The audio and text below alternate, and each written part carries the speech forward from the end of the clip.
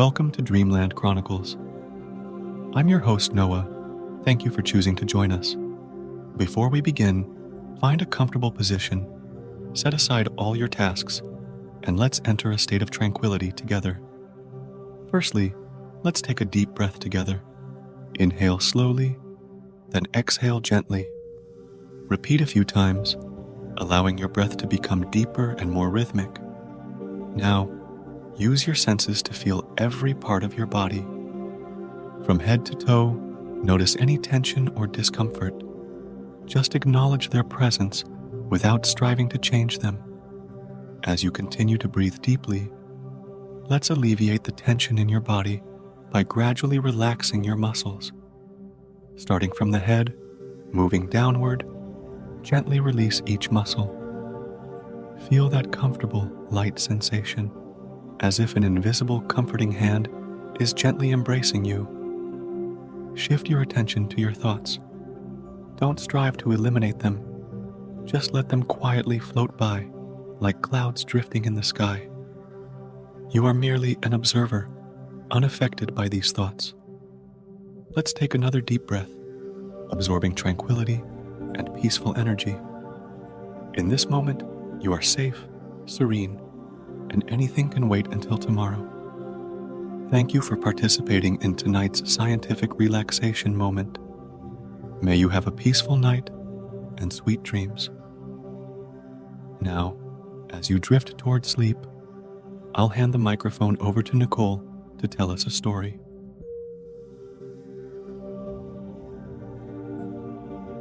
Now, we will embark on a journey through history, going back to a world vastly different from the present.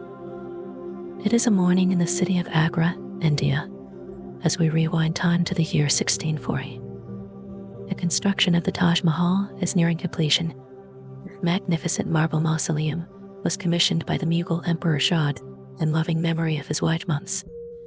Monks had been laid to rest here several years ago, and though the Taj Mahal was initially intended for the emperor and empress, it has become renowned over the years for its unparalleled beauty and meticulous craftsmanship, emerging as one of the world's most astonishing symbols of love.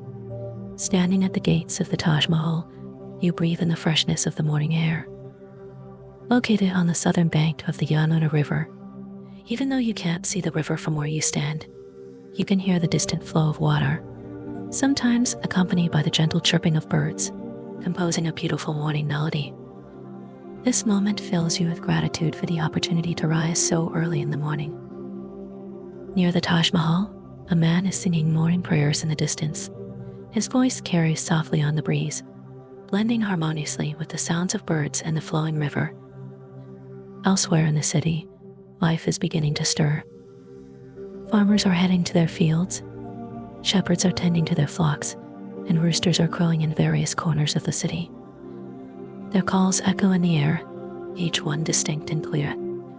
In your line of sight, apart from the Taj Mahal, you can see some colorful domes in the distance. These colorful domes have plenty of space between them, allowing you to see the sky clearly, adorned with hues of yellow and orange from the rising sun, contrasting with the red and blue of the domes. Agra was once the capital of the Mughal Empire, a fact reflected in the city's many significant architectural wonders. Although the capital moved to Delhi in 1630, the splendor of this city endures. Agra benefited from the emperor's passion for art and architecture, and while the Taj Mahal may be his most dazzling masterpiece, there are many other enchanting red brick structures scattered throughout the city. Emperor Shah Jahan, the fourth ruler of the Mughal dynasty, primarily ruled over India, Afghanistan, and parts of present-day Pakistan, comprising a vast empire spanning much of Asia. The Mughal dynasty is renowned for its support of the arts, introducing many elements of Persian culture into various regions of South Asia, creating a rich cultural tapestry. The architectural style of the region reflects the Mughal Empire's influence on art and architecture, such as the minarets, tall slender towers often associated with mosques, adorned with intricate carvings.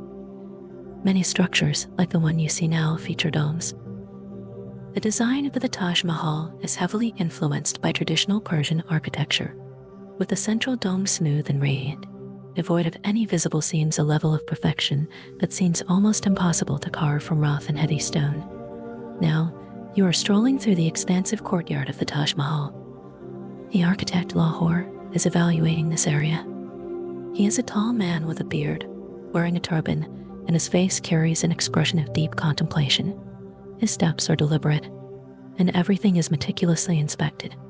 In the coming years, Lahore plans to transform this place into a lush green garden with a pond in the center, known as the reflecting pool.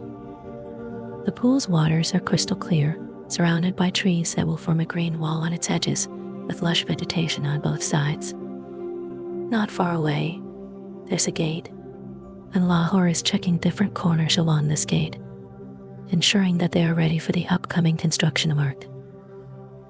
You follow Lahore as he navigates through the courtyard, making sure to keep pace with him, all the while taking your time to appreciate the surroundings. The garden's design is inspired by the Islamic concept of paradise, divided into two huts by flowing rivers, all originating from a central stream. Although the garden is not yet completed, it already exudes a heavenly beauty. Now, you're getting closer to this incredible place. The white marble is glistening in the first rays of sunlight, the polished white gray stones shining brilliantly, flawless and pristine. The building material for the Taj Mahal is sourced from a small town in northern India renowned for the world's finest marble. After all, it was built for the emperor's beloved wife, and only the best materials would suffice. However, at the heart of the complex is a large rectangular platform with a circular dome on top, the highest point of the ensemble, rising over 70 meters, lending an aura of solemnity to the entire landscape.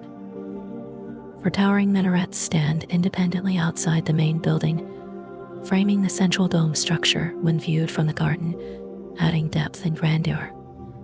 These minarets also have domes, resembling smaller versions of the central dome. The entire complex is heavily inspired by traditional Persian architecture, with the central dome smooth and radiant, devoid of any visible seams or level of perfection that seems almost impossible to carve from rough and heavy stone.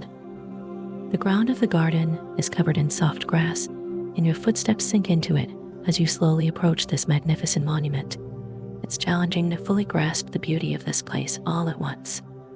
The grandeur of the domes is awe-inspiring, and you wish you could keep gazing at them, etching their magnificence into your memory forever.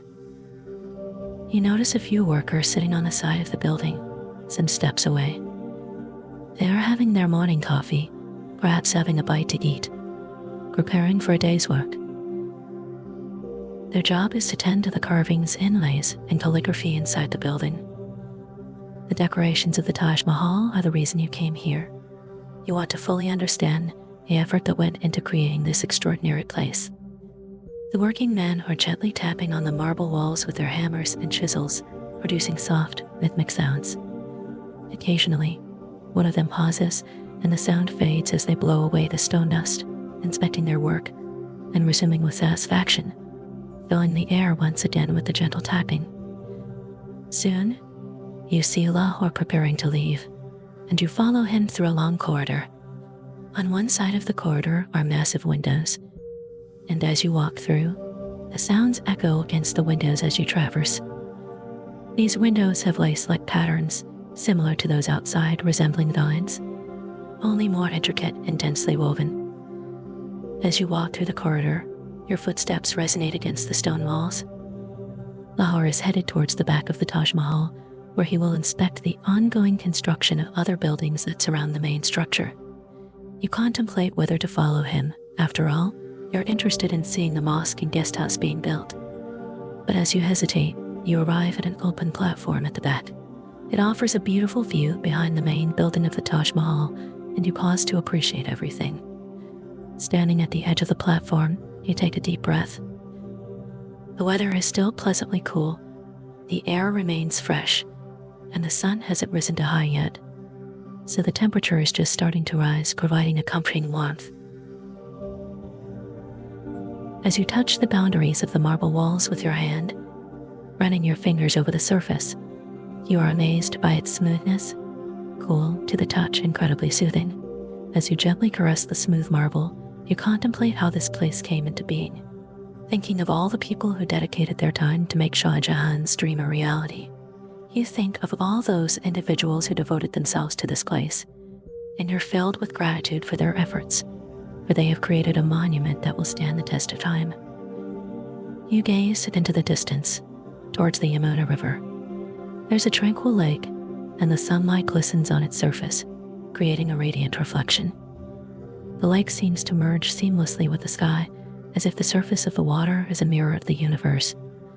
There are people rowing boats by the lake, and their boats move gently, weaving in and out of the reflections on the water's surface. All of this fills you with peace and tranquility. This is a special place filled with history and love, a beauty that will never be forgotten. Here, you can pause, take in the magnificence of the Taj Mahal, and feel the stories and emotions it represents. It's a place steeped in mystery and magic, a place of enchantment. And now, you can fully immerse yourself in it, enjoying the wonder of this architectural marvel while being touched by its history and beauty. You can wander through the courtyard of the Taj Mahal, appreciating every intricate detail of the structure, sensing its grandeur and solemnity. In this quiet and peaceful moment, you can feel the weight of history and the depth of love. The Taj Mahal is an eternal symbol that will continue to exist, recording an emperor's profound love and commitment to his beloved wife. As the sun slowly rises, you can feel its warm rays on your skin, and this moment is filled with hope and new beginnings. In this beautiful place, you can relax your body and mind, fully relishing the marvel of this architectural masterpiece while also experiencing the stories and emotions it embodies. Now, you can peacefully enter the realm of sweet dreams, allowing yourself to be completely enveloped by it, enjoying a deep and restful slumber. I hope you find tranquility and serenity in this magical moment as you embrace a night of peaceful rest. Thank you for joining us, and I wish you a wonderful night and sweet dreams. Goodbye.